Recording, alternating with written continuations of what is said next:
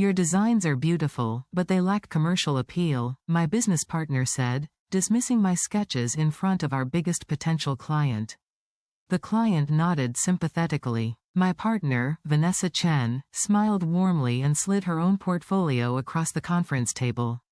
"Let me show you something more market-ready." I sat quietly in my chair, watching the client flip through designs that looked remarkably similar to concepts I'd shared with Vanessa 3 weeks earlier. The color palettes were mine. The silhouettes were mine. Even the fabric combinations were exactly what I'd proposed. But Vanessa's name was on every page, and she was presenting them as her original vision. This was the 14th time in 18 months that Vanessa had stolen my designs and presented them as her own work. I'd documented every instance, gathered comprehensive proof, and planned carefully for this exact moment. Because what neither Vanessa nor this client knew was that I'd already secured funding to launch my own fashion brand, poached our 3 best manufacturers, and scheduled a launch event for 2 weeks from today. In 48 hours, I would resign from our partnership and take half our client list with me. In 2 weeks, my collection would debut at New York Fashion Week while Vanessa scrambled to explain why her upcoming line looked suspiciously similar to designs I'd filed copyrighted 3 months ago. Her reputation was about to be destroyed, and I would emerge as the creative force I'd always been. Before we witness how a fashion designer whose work was stolen for years used legal strategy and industry connections to destroy her partner while launching her own empire, I want to thank you for being part of this community. A community that believes creative theft deserves the same consequences as any other stealing, and that stolen designs should be exposed publicly. If you've had your creative work stolen, if you've watched partners or colleagues take credit for your artistic vision, if you've been the invisible talent behind someone else's success, this story will resonate deeply. Hit that subscribe button to join thousands who appreciate stories where documentation and strategic planning overcome exploitation and betrayal. Now let's step into the world of fashion design, where a brilliant creative's work was systematically stolen by her charismatic business partner, where industry relationships enabled exploitation, and where 18 months of careful preparation created the foundation for complete professional destruction and personal triumph. My name is Rebecca Hayes, and I'm a 34-year-old fashion designer originally from Portland, Oregon. I grew up in a working-class family where my mother was a seamstress and my father worked construction. Money was always tight, but my mother made sure I understood fabric, construction, and the craft of making beautiful clothing from limited resources. I learned to sew when I was 7 years old, sitting beside my mother at her industrial sewing machine in our basement. She did alterations and custom work for neighborhood clients, and I would watch her transform fabric into finished garments. She taught me about drape, fit, proportion, and the technical skills that separated amateur sewing from professional construction. By high school, I was designing and making my own clothes, creating pieces that other students would ask about and want to buy. I sold custom jackets and dresses to classmates, charging just enough to cover materials while building a portfolio of work. My art teacher recognized my talent and encouraged me to apply to fashion design programs at major schools. I earned a full scholarship to Parsons School of Design in New York, one of the most prestigious fashion programs in the country. The scholarship covered tuition but not living expenses, so I worked 3 part-time jobs while completing my degree. I waitressed at a busy restaurant in Chelsea 5 nights a week, worked retail at a boutique in Soho on weekends, and did freelance alterations for a dry cleaner near campus. I was sleeping 4 or 5 hours a night while maintaining a perfect grade point average. The Parsons experience was transformative but brutal. My classmates came mostly from wealthy families who could support them financially, allowing them to focus entirely on their creative work. They could afford expensive materials for projects, take unpaid internships at prestigious fashion houses, and spend weekends visiting galleries and shows for inspiration. I was working during all those hours, exhausted and stressed about making rent while trying to compete creatively with people who had unlimited resources. But the financial pressure also sharpened my creativity in ways privilege couldn't. I learned to create luxury aesthetics with limited budgets, to innovate solutions when I couldn't afford expensive materials, to make design decisions that were both beautiful and practical. The constraints forced me to think differently about fashion, to question why luxury had to mean expensive materials rather than innovative thinking. My sophomore year project became a turning point. The assignment was to create a cocktail dress using only sustainable materials, with a budget of $200. Most students struggled with the constraints, producing designs that looked obviously cheap despite the sustainable materials. I spent weeks researching and experimenting, finally creating a dress from reclaimed silk and vintage lace that looked like it could cost thousands. The professor held up my dress in front of the class and said something I've never forgotten. She said the best designers don't need unlimited budgets, they need unlimited creativity and the technical skills to execute their vision. She said my work proved that sustainable fashion could compete aesthetically with traditional luxury, that the future of the industry belonged to designers who could make beautiful clothes responsibly. That validation changed how I thought about my career path. I wasn't just a student from a working-class background trying to compete in a wealthy industry. I was someone bringing a different perspective, someone whose constraints had forced innovation that my privileged classmates couldn't achieve. My background was an advantage, not a limitation. My senior thesis collection at Parsons earned top honors and was featured in the school's annual fashion show. The collection consisted of 8 pieces, all using sustainable luxury techniques I'd developed over 4 years of experimentation. I used dead-stock fabric from garment district suppliers, vintage textiles from thrift stores, and innovative construction methods that minimized waste while creating couture-level finishing. The centerpiece was a structured coat made entirely from reclaimed wool, with hand-stitched details that took me 3 months to complete. The coat looked like something from a Paris runway but was made from materials that cost less than $50. The technical achievement and aesthetic impact made it memorable to everyone who saw it. Fashion editors from major publications attended the Parsons show, and several wrote about my work as representing the future of conscious fashion. Vogue's online edition ran a feature about sustainable designers to watch, with my coat prominently featured. Elle wrote about how my work proved luxury and sustainability weren't contradictory. The coverage was more extensive than most student designers received, establishing me in industry consciousness before I'd even graduated. That recognition led to my first job as an assistant designer at a mid-tier contemporary brand in Manhattan. The company, called Modern Edge, produced workwear and casual pieces for professional women, selling through department stores and their own retail locations. It wasn't haute couture, but it was a stable job in a competitive industry, and I was grateful for the opportunity. I spent 3 years at Modern Edge learning the business side of fashion. I understood production timelines and how to create tech packs that manufacturers could follow precisely. I learned about cost structures, understanding how fabric choices and construction methods affected retail pricing. I studied the commercial realities that determined which designs actually got manufactured and sold versus which stayed as beautiful sketches that weren't financially viable. The work was creatively limiting but educationally valuable. I designed pieces that needed to appeal to broad markets rather than expressing my individual vision. I learned to balance aesthetic preferences with commercial requirements, to create clothes that were both beautiful and profitable. The discipline was frustrating but important for understanding how the fashion business actually worked. My boss at Modern Edge, a woman named Patricia Chen, became an important mentor during those years. Patricia had worked in fashion for 25 years, moving from design roles into creative direction. She understood both the artistic and commercial sides deeply, and she took time to teach me about navigating an industry where creativity and business were often in tension. Patricia encouraged me to develop my own aesthetic outside of work, to keep sketching and experimenting with personal projects even while designing commercial pieces for Modern Edge.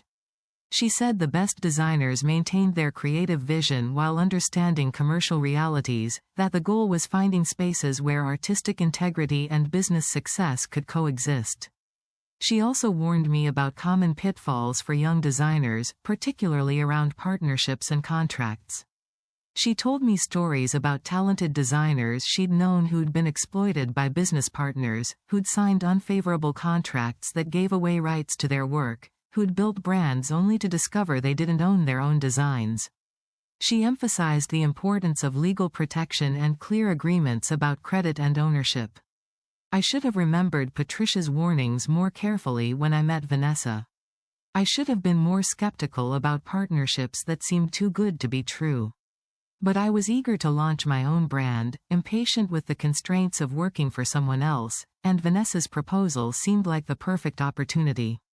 That recognition led to my first job as an assistant designer at a mid-tier contemporary brand in Manhattan.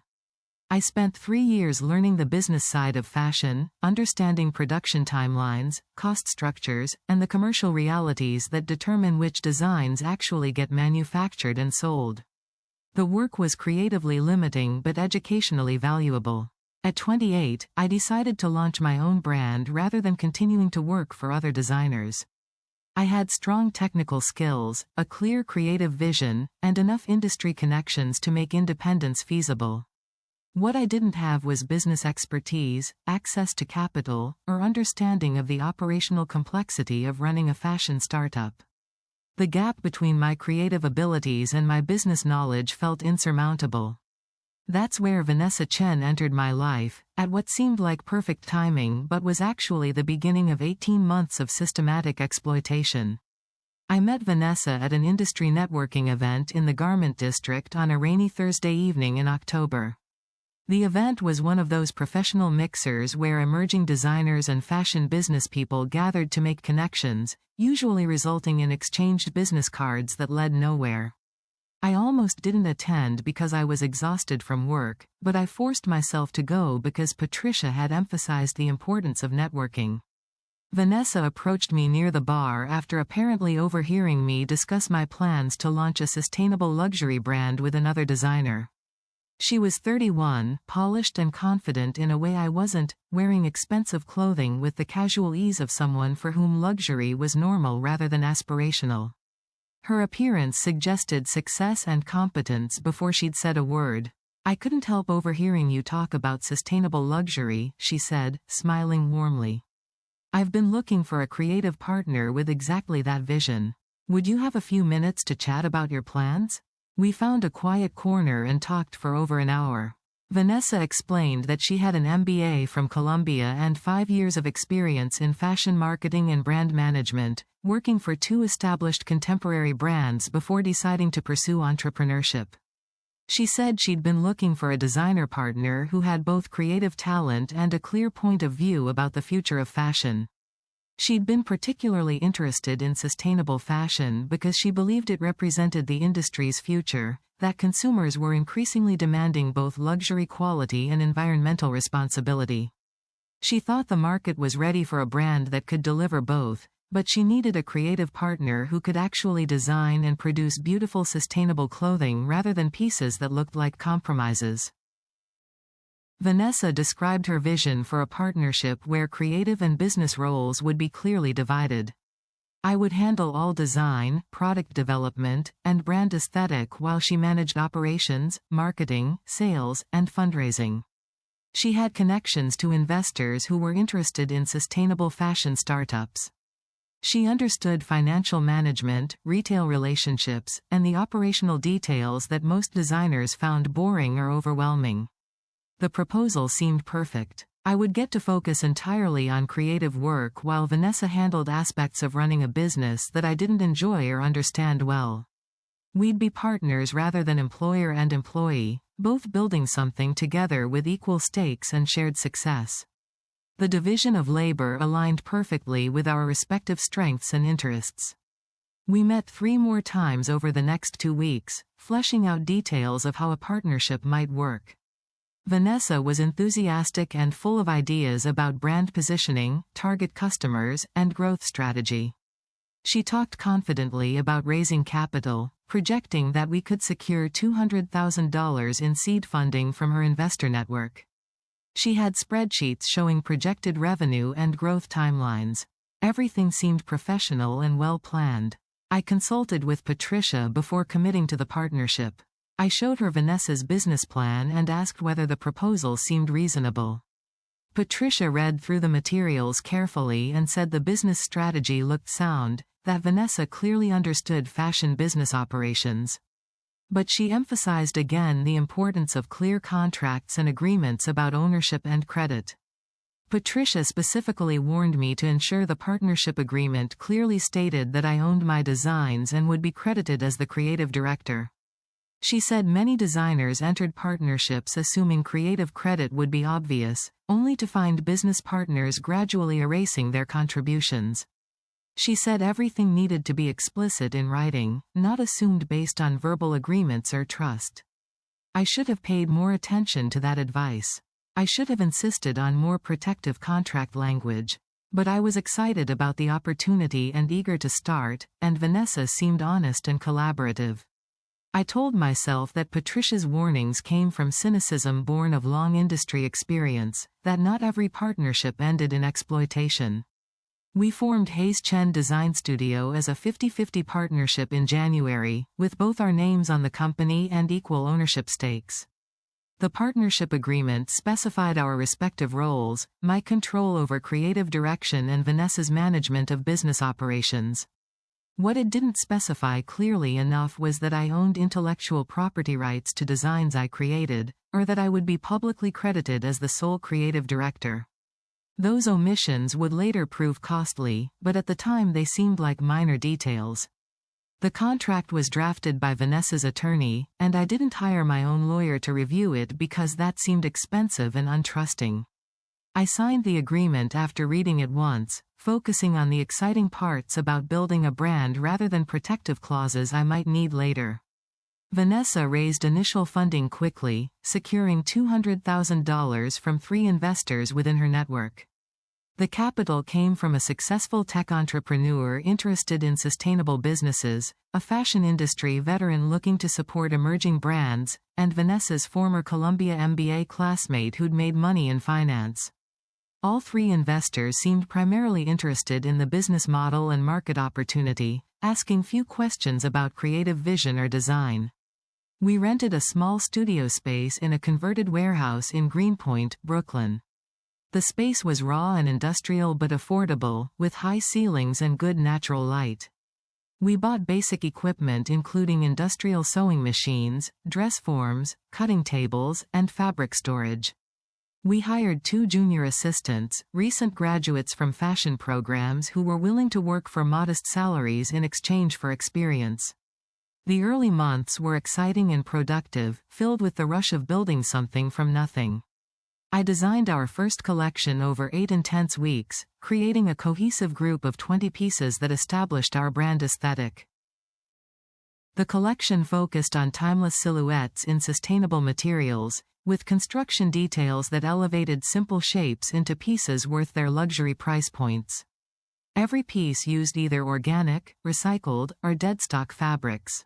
I worked with textile suppliers to source beautiful sustainable materials, finding organic cotton sateen from Portugal, recycled cashmere from Italian mills, and deadstock silk from garment district suppliers. The fabrics were comparable in quality to conventional luxury materials but aligned with our environmental values. The construction methods minimized waste through pattern engineering that used fabric efficiently and techniques that turned scraps into design details rather than garbage. I developed zero-waste patterns for several pieces, creating designs where every inch of fabric became part of the finished garment. The technical challenge was significant but rewarding, producing clothes that were both beautiful and truly sustainable. Vanessa handled sample production, working with manufacturers to produce our first collection. She negotiated pricing with factories, managed production timelines, and solved logistical problems. She was competent and efficient at these operational tasks, and I was grateful not to have to manage those details myself. The division of labor seemed to be working exactly as we'd envisioned. She also created our business plan for approaching retailers, developing presentation materials and sales projections. She designed our lookbook and brand materials, though using photographs and styling I'd directed. She pitched our story to potential buyers, explaining our sustainable approach and market positioning. Her presentations were polished and persuasive, clearly the work of someone with professional business training.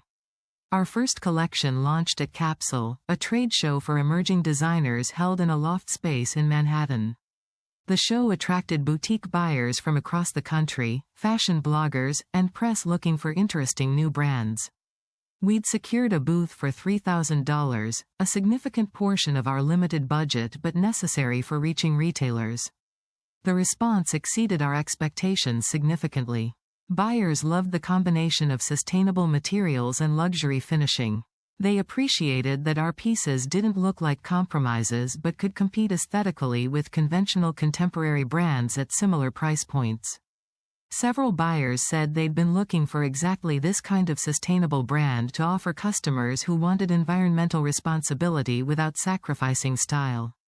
We wrote orders from 35 boutiques during the 3-day show, securing commitments for approximately $80,000 in wholesale orders. The number was much higher than typical for a new brand's first trade show. Fashion bloggers photographed our booth and wrote enthusiastically about our sustainable approach. We secured features in several online fashion publications, establishing media presence before our first products were even delivered to stores. The success should have been thrilling, the validation that our partnership and brand concept were working. But even during those early exciting days, I started noticing troubling patterns in how Vanessa represented our work to buyers, press, and investors. Small things at first, easy to dismiss as miscommunication or my own sensitivity about credit. She would describe design decisions using inclusive language like, "we decided," or, "our vision," when discussing pieces I'd created entirely on my own. She'd present samples without specifically mentioning I'd designed them. When buyers asked about sustainable construction techniques, she'd explain methods I'd developed without saying I was the one who'd figured out those approaches. During press interviews, she'd talk about our creative process, rather than clearly stating that I was the designer. When bloggers asked who designed specific pieces, she'd say, "Hayes Chen," rather than, "Rebecca Hayes, our designer." The language was subtle but meaningful, creating ambiguity about creative authorship rather than clearly crediting me as the sole designer. I told myself this was probably normal business language, that Vanessa was using inclusive pronouns to present us as a unified brand rather than emphasizing individual roles. I rationalized that we and our were standard ways partners talked about shared ventures. But the nagging concern persisted that Vanessa was being deliberately ambiguous about creative credit. The pattern became more concerning during conversations with buyers after the trade show. Several people mentioned being impressed with Vanessa's designs or asked me questions assuming Vanessa had designed pieces I'd actually created. When I'd clarify that I was the designer, they'd look confused, clearly having gotten a different impression from Vanessa's presentations. One boutique owner from Los Angeles told me directly that she'd understood from Vanessa that they'd both designed the collection collaboratively. When I explained that Vanessa handled business while I did all design work, the owner seemed surprised and slightly embarrassed, as if she'd been misled. The conversation made clear that Vanessa's ambiguous language wasn't accidental but deliberate erasure of my sole creative authorship. I confronted Vanessa about this gently after the trade show, mentioning that some buyers seemed confused about our respective roles. I suggested we should be clearer in presentations that I was the designer while she handled business operations. Vanessa agreed immediately, apologizing for any confusion and saying she'd be more careful about clarifying our roles. But her behavior didn't change. If anything, the credit theft became more systematic and deliberate over the following months. At first, I told myself this was normal business language, that Vanessa was using inclusive pronouns to present us as a unified brand. But the pattern became more concerning when she started taking solo meetings with important buyers and returning with stories about how impressed they were with her designs and her creative vision. The theft became undeniable during our second collection development. I'd spent weeks creating designs for a spring line focused on lightweight sustainable fabrics in a palette of soft neutrals and pale botanicals. I shared my sketches and fabric samples with Vanessa during our regular creative review meetings, walking her through my vision for the collection. 2 weeks later, Vanessa presented to a potential investor without inviting me to the meeting. She showed designs that were nearly identical to my concepts but presented them as her own creative work. I only learned about this when the investor later mentioned to me how impressed he'd been with Vanessa's design talent, assuming she was the creative force behind our brand. When I confronted Vanessa about taking credit for my designs, she acted confused and slightly hurt by my accusation. She said she'd been presenting our collaborative work, that she'd never claimed sole credit, that the investor must have misunderstood. She suggested I was being overly sensitive about credit and that successful partnerships required shared recognition rather than keeping score of individual contributions. The gaslighting was subtle but effective. Vanessa made it seem like I was being petty or insecure by wanting clear credit for my creative work. She implied that my focus on attribution was hurting our business relationship and making potential investors uncomfortable. She said successful founders presented as unified teams rather than fighting over who deserved credit for what. But the pattern continued and intensified. Vanessa started scheduling important meetings without me, presenting my designs as the company's work while allowing clients and buyers to assume she was the creative director. She'd return from these meetings with signed contracts and new orders, making it difficult for me to complain about credit issues when the business was growing. Our third collection marked a turning point in both Vanessa's theft and my response to it. I designed a fall line featuring innovative outerwear pieces using recycled wool and sustainable insulation. The technical challenges were significant, requiring months of development to perfect construction methods that were both sustainable and commercially viable. I was proud of the work and excited about its potential impact. Vanessa scheduled a presentation for major department store buyers without telling me until the day before. She said she'd handle the meeting alone since I was busy with production issues, which was true but also convenient for her purposes. I later learned from one of the buyers that Vanessa had presented the entire collection as her design work, describing in detail the creative process and technical innovations without once mentioning my involvement. That meeting resulted in our biggest order to date, a contract with 3 major department stores that would more than double our revenue. Vanessa was thrilled and wanted to celebrate our success.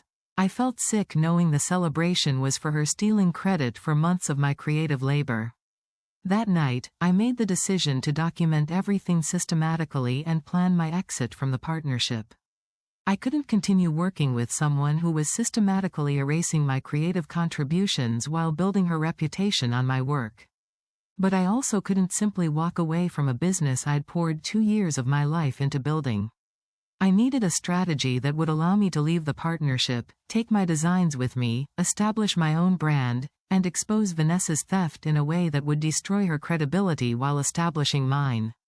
The plan would take time and careful preparation, but I was committed to executing it perfectly. I started by consulting with an intellectual property attorney about my rights to designs I'd created during the partnership. The attorney reviewed our partnership agreement and explained that while the company owned designs created for Hayes Chen, I retained rights to my creative process and could create new designs using similar aesthetic approaches without violating any agreements.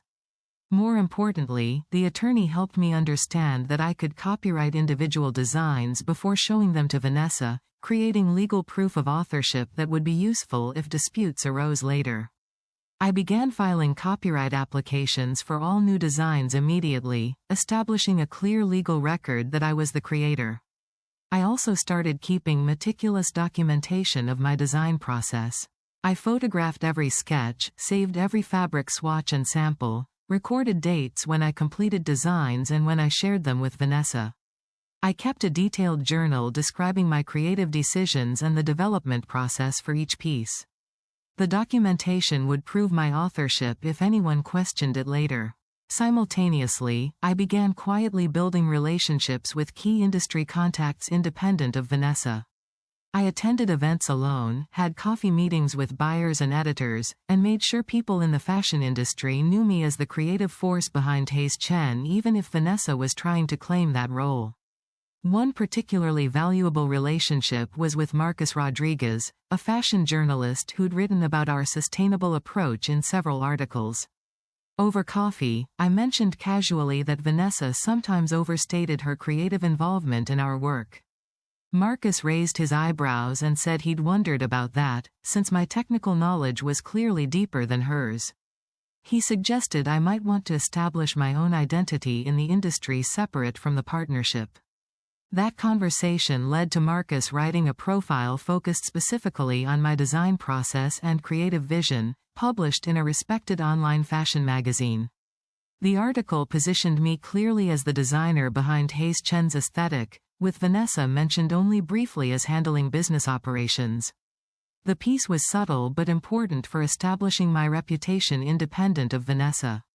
I also began developing relationships with the manufacturers and production partners who actually made our clothing. These relationships were crucial because they knew I was the one who created tech packs, approved samples, and solved construction problems. They worked with me directly on every production issue. Their loyalty would be to me, not to Vanessa, who rarely visited factories or understood technical production. While building these external relationships, I started secretly developing a new collection for my own independent brand. I worked on designs late at night and on weekends, keeping all sketches and samples in my apartment rather than our shared studio. The collection built on aesthetic themes I'd developed at Hayes Chen but pushed them in new directions that were clearly my evolution as a designer. I also began raising capital for my independent venture, quietly meeting with investors and explaining that I planned to leave Hayes Chen and needed funding for a new brand. Several investors who'd been interested in Hayes Chen were actually more interested in backing me specifically once they understood I was the creative force. I secured commitments for $400,000 in seed funding, double what Vanessa had raised for our original partnership. The planning process took 18 months of careful, patient work executed with the discipline and precision I'd learned at Parsons. During that time, I continued fulfilling my responsibilities at Hayes Chen perfectly, designing collections and managing production while Vanessa continued stealing credit and building her false reputation as a designer. Every stolen design I documented with photographs and dated notes. Every false claim she made to buyers I recorded in my journal with names and dates. Every piece of evidence I gathered systematically and stored in multiple secure locations. The documentation process became almost meditative, a way of transforming anger about theft into productive preparation for justice. After each instance of Vanessa taking credit for my work, I'd return home and spend an hour carefully documenting what happened, who witnessed it, and how it connected to previous patterns. The journal entries were detailed and specific, written with awareness that they might eventually be used as evidence. I photographed every sketch before sharing it with Vanessa, creating dated records proving I'd created designs before she presented them. I saved every email where I'd shared work with her, backing up the files in cloud storage and on external hard drives. I kept samples of fabrics and materials I'd sourced, creating physical evidence of my creative process and technical development. Most importantly, I built relationships with people who could later testify to my sole creative authorship. Our manufacturers knew I created all tech packs and solved all production problems. Our fabric suppliers knew I sourced all materials and developed all custom textiles. Our boutique buyers knew from working with me directly that I was the designer behind Hayes Chen's aesthetic. I also worked carefully to separate my creative development from Hayes Chen's business operations. The new collection I was designing for my independent brand was created entirely outside our shared studio, using personal equipment and materials I purchased separately. I worked on designs late at night in my apartment, keeping all sketches and samples completely separate from anything connected to Hayes Chen. The legal preparation was equally meticulous. My intellectual property attorney and I spent months reviewing every aspect of the partnership agreement, understanding exactly what I could and couldn't do. We identified the contractual provisions that would allow me to leave cleanly, taking client relationships I'd developed personally while not violating any non-compete terms. The attorney filed copyright registrations for my new designs as I created them, establishing legal proof of authorship before anyone else saw the work. We prepared cease and desist letters ready to send if Vanessa tried to claim rights to my new collection or attempted to interfere with my independent business. Every legal document was drafted and ready, waiting only for my decision to execute the exit. I also raised capital for my independent venture with deliberate strategy, meeting quietly with investors who'd understand that I was the creative talent behind Hayes Chen. Several investors who'd originally backed Hayes Chen were actually more interested in funding me specifically once they understood the real dynamic of our partnership. They'd been impressed with the designs and brand aesthetic, not with Vanessa's business presentations. One investor, the tech entrepreneur named David Liu, who'd provided $50,000 of Hayes Chen's initial funding, told me directly that he'd always known I was the creative force. He said Vanessa's business presentations were competent but not exceptional, that what made Hayes Chen interesting was the innovative sustainable designs. He committed $100,000 to my new brand immediately after understanding I planned to leave the partnership. I secured total commitments for $400,000 in seed funding, double what Vanessa had raised for Hayes Chen. The capital came from 4 investors who'd all done due diligence on my creative capabilities, my technical skills, and my understanding of sustainable fashion production.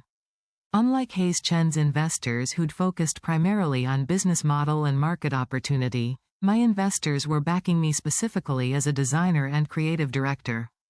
The funding allowed me to plan a proper launch rather than a scrappy startup. I could invest in quality sample production, book a venue for New York Fashion Week presentation, hire experienced assistants, and build infrastructure for a sustainable business. The financial foundation meant my new brand wouldn't struggle the way many independent designers' first ventures struggled. While building this external foundation, I maintained perfect professional behavior at Hayes Chen. I met all deadlines, fulfilled all responsibilities, and gave Vanessa no reason to suspect I was planning to leave. She thought we were partners building a growing business together, completely oblivious to my systematic preparation for departure. There were moments when maintaining the pretense felt dishonest, when I questioned whether I should simply confront Vanessa about the credit theft rather than planning a secret exit. But I remembered Patricia's warnings about how confrontation often backfired in business disputes, how accusers frequently ended up looking unstable while the accused retained credibility. I also remembered that Vanessa had been systematically lying about creative authorship for 18 months. She'd been dishonest first and continuously. My strategic planning wasn't deception, it was self-protection against someone who'd proven willing to steal credit and gaslight me about that theft. I owed her no advance warning about consequences for her own misconduct. The timeline for my exit became clear when I secured a presentation slot at New York Fashion Week for the following February. Fashion Week was the industry's most prestigious platform, where established and emerging designers showed their collections to buyers, press, and industry influencers. Presenting there would establish my independent credibility immediately and dramatically. The presentation slot was competitive and difficult to secure for unknown independent designers. I was offered the opportunity because Marcus Rodriguez, the fashion journalist who'd profiled my work, advocated for me with the Fashion Week organizers. He told them I represented exactly the kind of innovative sustainable designer Fashion Week should be supporting, that my work deserved the platform. I scheduled my show for the Friday of Fashion Week, giving me 3 months to finalize my collection and prepare for launch. The timing was perfect strategically because it would force Vanessa to deal with my departure during the crucial pre-Fashion Week period when buyers were most active and attentive. I planned to resign from Hayes Chen exactly 60 days before my Fashion Week show, which fell on a Monday in mid-December. The 60-day notice period was required by our partnership agreement, and the timing would create maximum disruption for Vanessa while giving me legal protection against claims I'd violated partnership terms. The resignation meeting was scheduled for 9 a.m. on December 14th. I'd prepared everything carefully over the preceding weekend, with my attorney ready to file paperwork the moment I delivered my resignation letter. I'd already given advance notice to our manufacturers that I'd be starting an independent brand and wanted them to produce for me instead of for Hayes Chen. I'd contacted our major buyers to let them know about my upcoming Fashion Week show and to request meetings during Fashion Week to discuss orders. The preparations were comprehensive and irreversible. Once I delivered my resignation letter, there would be no going back to the partnership. The decision felt enormous and slightly terrifying, but also completely right. I'd spent 18 months being systematically erased while someone else took credit for my creative work. The exploitation couldn't continue, and strategic exit was the only path that protected both my legal rights and my professional reputation. That morning, I woke up at 5 a.m. despite barely sleeping the night before. I dressed carefully in professional clothing, wanting to look composed and confident for the resignation meeting. I packed a box with personal items from our shared studio, taking only things that were clearly mine and leaving everything related to Hayes Chen business. I reviewed my resignation letter one final time, ensuring the language was clear and legally precise. The letter stated my intention to resign from the partnership effective immediately, providing 60 days notice as required by our agreement. It clarified that I'd be starting an independent brand and would be taking client relationships I'd developed personally, which was explicitly allowed under partnership terms. The letter didn't mention credit theft or Vanessa's dishonesty. My attorney had advised keeping the resignation purely professional and focused on contractual rights rather than accusations. If Vanessa tried to challenge my departure or interfere with my new business, we had extensive documentation of her misconduct ready to use. But leading with accusations would make me look emotional rather than professional. I arrived at our Brooklyn studio at 8:45, 15 minutes before our scheduled meeting time. Vanessa was already there as usual, working at her desk with coffee and appearing relaxed and unworried. She had no idea that in 15 minutes her business partner would resign and take half the company's value with her. The studio looked the same as always, familiar and comfortable after 18 months of working there. Dress forms displayed pieces from our current collection. Fabric samples were organized in storage bins along one wall. Sketches and inspiration images covered our mood boards. Everything represented work I'd done, creative labor that Vanessa had systematically claimed as her own contribution. Walking through that space for the last time felt bittersweet. I'd built Hayes Chen's entire aesthetic, developed every product, created everything that made the brand successful. But I couldn't stay in a partnership where my contributions were erased and stolen. Better to walk away and build something new where credit would be clear and protected. Vanessa looked up from her computer and smiled warmly when she saw me arrive. "Morning, Rebecca. I wanted to talk to you about the spring collection schedule. I'm thinking we should push the timeline up to get samples to buyers earlier. If we can deliver by early February, we'll have better positioning for fall orders." The casual business conversation felt surreal given what I was about to do. Vanessa was planning future timelines while I was about to end our partnership. She was optimizing business operations while I was preparing to take those operations elsewhere. The disconnect between her assumptions and my reality was stark. I sat down across from her and placed my resignation letter on her desk. My hands were steady despite adrenaline making my heart race. "Actually, Vanessa, I need to tell you something important. I'm resigning from Hayes Chen effective today. This letter provides the required 60 days notice per our partnership agreement." The transformation in Vanessa's expression was immediate and dramatic. Her casual smile disappeared, replaced by shock and confusion. She stared at the letter without picking it up, as if not touching it might make it not real. Several seconds passed in complete silence. "What?" she finally said, her voice higher and tighter than normal. "Rebecca, what are you talking about? Is this some kind of joke?" "It's not a joke. I'm leaving the partnership to start my own brand. I'll be showing at New York Fashion Week in February, and I've already secured funding and production partners. This is my formal resignation from Hayes Chen Design Studio." Vanessa's face went pale, then flushed with what looked like anger or panic or both. She picked up the letter with shaking hands and read it quickly, her eyes moving frantically across the page. When she finished, she looked up at me with an expression that combined disbelief with something like betrayal. You can't just leave. We're partners. We built this together. You can't abandon everything we've created. This is insane. I kept my voice calm and professional despite wanting to yell about 18 months of stolen credit and systematic erasure. Actually, I can leave. Our partnership agreement is very clear about exit procedures. I'm following them exactly. You'll have 60 days to buy out my ownership stake at fair market value, or we'll dissolve the company according to the terms we both agreed to. But why? This doesn't make any sense. We're successful. We're growing. Our revenue is up 40% year over year. What possible reason could you have for destroying everything we've built? Vanessa's voice was rising, professional composure cracking under pressure. The question gave me the opening to state my real reasons clearly.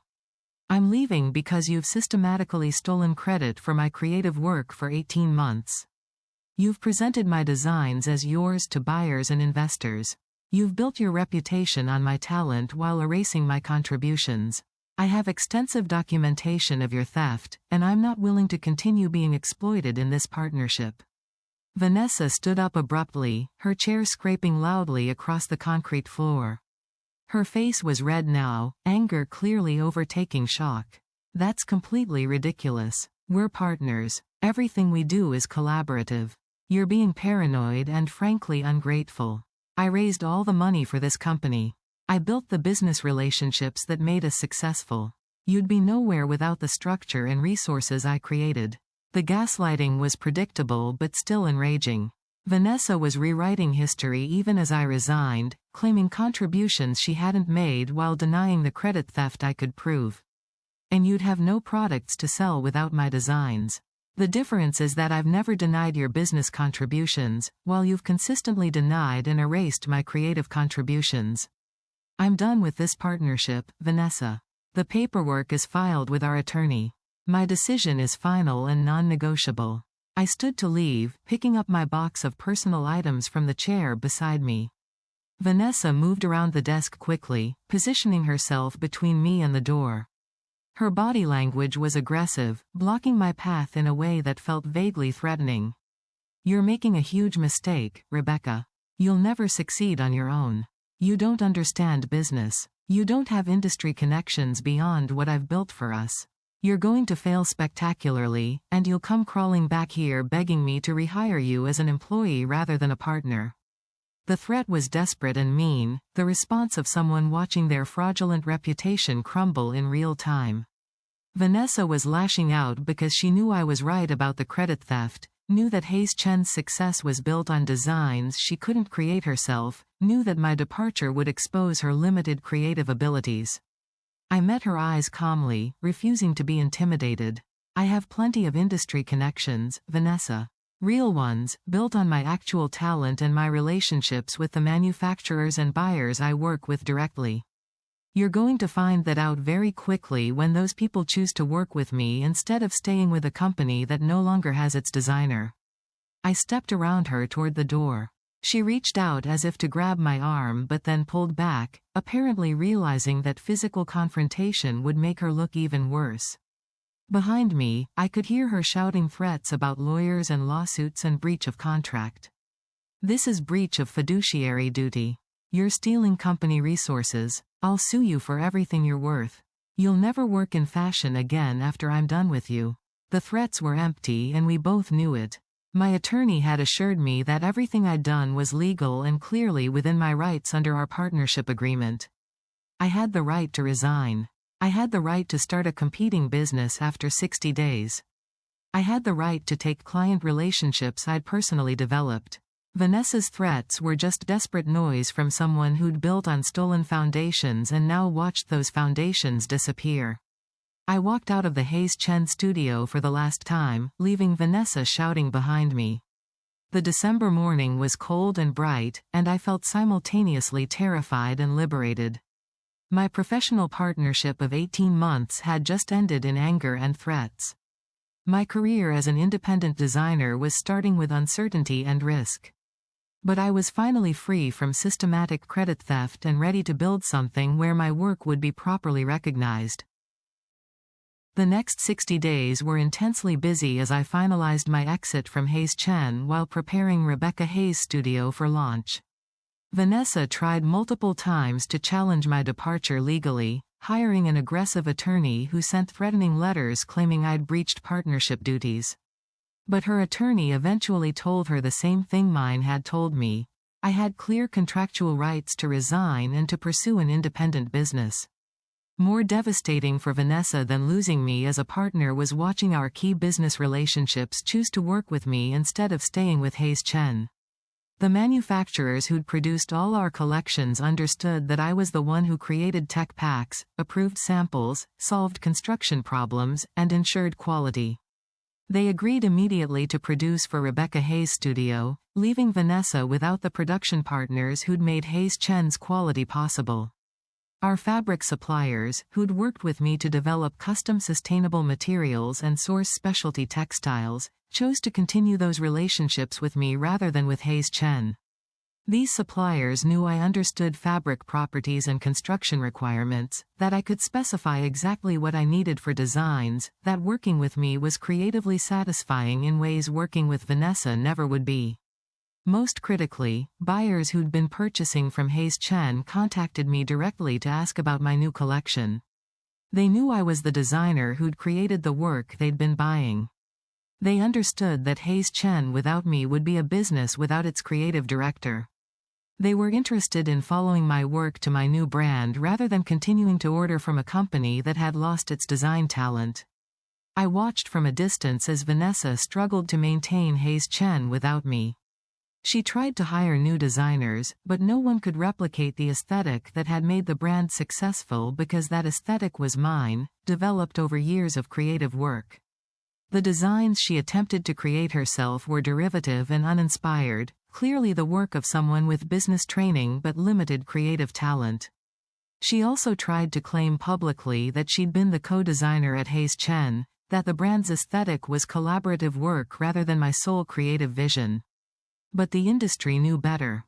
Buyers and editors who'd worked with us knew I was the design talent. Manufacturers who'd produced our clothes knew I created all the tech packs and solved all the construction challenges. When Marcus Rodriguez published an article about my departure and new brand, he included quotes from several industry sources confirming that I'd been the sole creative force at Hayes Chen. The article essentially exposed Vanessa's theft without me having to make direct accusations, letting industry insiders tell the truth about who'd actually created the designs she'd claimed as her work. My new brand, Rebecca Hayes Studio, launched at New York Fashion Week with a collection I was deeply proud of. The show was held in a converted warehouse space in Brooklyn, with a presentation that emphasized sustainable luxury and innovative construction. The aesthetic was clearly evolved from Hayes Chen but pushed further, showing my creative growth and vision. The fashion industry response was overwhelmingly positive. Buyers placed substantial orders. Fashion editors wrote enthusiastically about the collection as representing the future of sustainable design. Several mentioned that my work had always been the real talent behind Hayes Chen, with my new independent brand finally allowing my vision to be properly recognized and credited. The contrast with Vanessa's situation was stark and public. While I was being celebrated at Fashion Week, Hayes Chen was struggling with cancelled orders and production problems. Buyers who'd previously ordered from Hayes Chen were placing those orders with me instead. Manufacturers who'd produced Hayes Chen's collections were now working exclusively with my brand. Vanessa tried to present a collection at a smaller trade show the same week as my Fashion Week debut, but the comparison was devastating for her. Her designs were clearly inferior to what Hayes Chen had produced when I was creating the work. Reviews noted that Hayes Chen seemed to have lost its creative direction, with several writers pointedly mentioning my departure and suggesting the brand had been built on my talent rather than collaborative vision. Within 6 months of my resignation, Hayes Chen was struggling financially and creatively. Vanessa had lost most of our major buyers, couldn't find manufacturers who could match our previous production quality, and was facing significant debt from trying to maintain operations without revenue. The business I'd helped build was collapsing because it had been built on stolen creative work rather than Vanessa's actual abilities. Meanwhile, Rebecca Hayes' studio was thriving. My first season's orders exceeded projections by 40%. I hired a small team including 2 assistant designers and a production manager. I secured accounts with major department stores that had never carried Hayes Chen. Fashion publications were writing about me as an important emerging voice in sustainable luxury fashion. The professional vindication was satisfying, but more meaningful was finally receiving proper credit for my creative work. When buyers and editors talked about my designs, they knew they came from me. When manufacturers produced my collections, they understood I was the creative director who'd solved every technical challenge. My name was on my work, properly and permanently. I also made sure to publicly support other designers whose work was being stolen or undervalued. I wrote op-eds about creative theft in the fashion industry, spoke on panels about protecting intellectual property, and mentored young designers about documenting their work and ensuring proper credit. My experience with Vanessa made me determined to help others avoid similar exploitation. One particularly satisfying moment came when I won the CFDA Emerging Designer Award 18 months after launching Rebecca Hayes' studio. The Council of Fashion Designers of America Award was prestigious recognition from the industry's most respected organization. Vanessa had nominated Hayes Chen for the same award during our partnership but never won. Now I was receiving the honor for my independent work. In my acceptance speech, I talked about the importance of protecting creative authorship and ensuring proper credit in collaborative industries. I didn't mention Vanessa by name, but everyone in the industry understood I was describing my experience with her theft. The speech was quoted widely in fashion publications and resonated with many designers who'd experienced similar credit theft. Vanessa's response to my success was to try rewriting history about our partnership. In interviews, she claimed that Hayes Chen's creative work had been collaborative, that she'd been equally involved in design decisions, that my success was built on foundations we'd created together. But no one believed her revision because too many industry insiders knew the truth. Buyers told stories about meetings where Vanessa clearly didn't understand technical construction details. Manufacturers described how I'd been the only person who could create tech packs or solve production problems. Editors remembered interviews where Vanessa struggled to discuss creative inspiration or design process. The evidence of her limited creative involvement was overwhelming and public. The final collapse of Hayes Chen came about 2 years after my departure. Vanessa had accumulated significant debt trying to maintain operations without revenue, and her attempts to create new designs were consistently unsuccessful. She filed for bankruptcy, closed the business, and left the fashion industry entirely. The brand that had been built on my stolen work disappeared once I took my talent elsewhere. I felt no particular satisfaction in Hayes Chen's failure. The business could have continued successfully if Vanessa had been honest about our respective contributions and willing to share credit appropriately. Her theft and ego destroyed something that could have been sustainable if she'd had the integrity to acknowledge my creative work properly. 3 years after launching Rebecca Hayes' studio, I'm 37 years old and running a thriving independent fashion brand. We produce 4 collections annually, sell through 50 retail partners globally, and have been featured in every major fashion publication. I've built a team of 12 people, all of whom are properly credited for their contributions to our work. The experience with Vanessa taught me important lessons about creative theft and the importance of documentation, legal protection, and strategic planning. I learned that exploitation often continues as long as victims accept it, and that exposing theft requires both courage and careful preparation. I've become an advocate for creative rights in the fashion industry, working with organizations that help designers protect their intellectual property and ensure proper credit for their work. I speak regularly at design schools about contracts, partnerships, and the legal protections designers should have in place before collaborating with business partners. One meaningful project has been creating a legal resource guide for emerging designers, providing template contracts and intellectual property guidance that I wish I'd had when starting Hayes Chen. The guide is freely available and has been used by hundreds of young designers to protect themselves from exploitative partnerships. I still see Vanessa occasionally at industry events, though she's no longer working in fashion. She tried briefly to reinvent herself as a fashion consultant but found few clients willing to work with someone known for taking credit for others' creative work. Her reputation never recovered from the exposure of her theft and Hayes Chen's collapse. We don't speak when we see each other. There's nothing to say. She destroyed our partnership through theft and ego, and I responded by building something better without her. The outcome speaks for itself. I'm thriving with proper credit for my work, while she's unemployable in the industry she tried to exploit. The fashion industry has long memory for creative theft and fraud. Vanessa Chen will always be known as the business partner who stole credit from her designer, built a brand on someone else's talent, and collapsed when that talent left. That reputation follows her permanently, making any return to fashion impossible.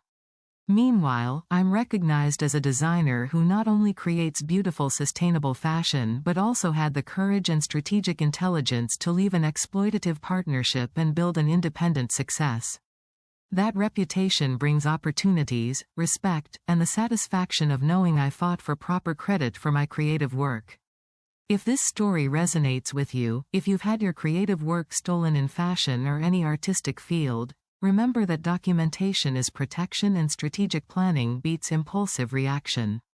Protect your intellectual property legally before sharing creative work. Build relationships independent of exploitative partners. Plan your exit carefully before acting. Hit subscribe to join our community that believes creative theft deserves exposure and consequences. Share this with someone whose artistic work is being exploited by partners or colleagues who won't give proper credit. And remember that the best response to creative theft is building undeniable success with proper authorship. The designer whose work was stolen for 18 months built an independent brand that outperformed the partnership built on her stolen designs. The business partner who claimed credit for creative work she didn't do lost everything when the actual talent left and took the industry relationships with her. Sometimes justice comes from patient planning and strategic exit rather than immediate confrontation. Sometimes the best revenge is succeeding spectacularly while the thief struggles publicly. Sometimes protecting your creative work means walking away from what you built and building something better where you control the credit. Vanessa thought she could build a fashion career on my stolen designs because business skills matter in the industry. She was half right. Business skills do matter. But creative talent matters more, and once I left with my talent, her business skills couldn't save a brand with no genuine creative direction. The partner who presented my sketches as her designs watched from a distance as I won industry awards for my independent work. The woman who'd erased my creative contributions struggled to create anything original herself. And the designer who'd been invisible for 18 months finally received the recognition her work deserved. That's what happens when you steal credit from someone patient enough to document everything and strategic enough to plan a perfect exit. You think you're building a reputation. Actually, you're building on foundation that will disappear the moment your victim decides to leave and take their talent with them. Vanessa learned this lesson watching Hayes Chen collapse while Rebecca Hayes' studio thrived. And the fashion industry learned that creative theft, even theft disguised as partnership and collaboration, would eventually be exposed when victims had the courage to leave and the talent to succeed independently. The invisible designer became the celebrated independent creator. The credit thief became unemployable. And the work that had been stolen finally carried the right name, establishing a reputation built on actual talent rather than exploitation and lies.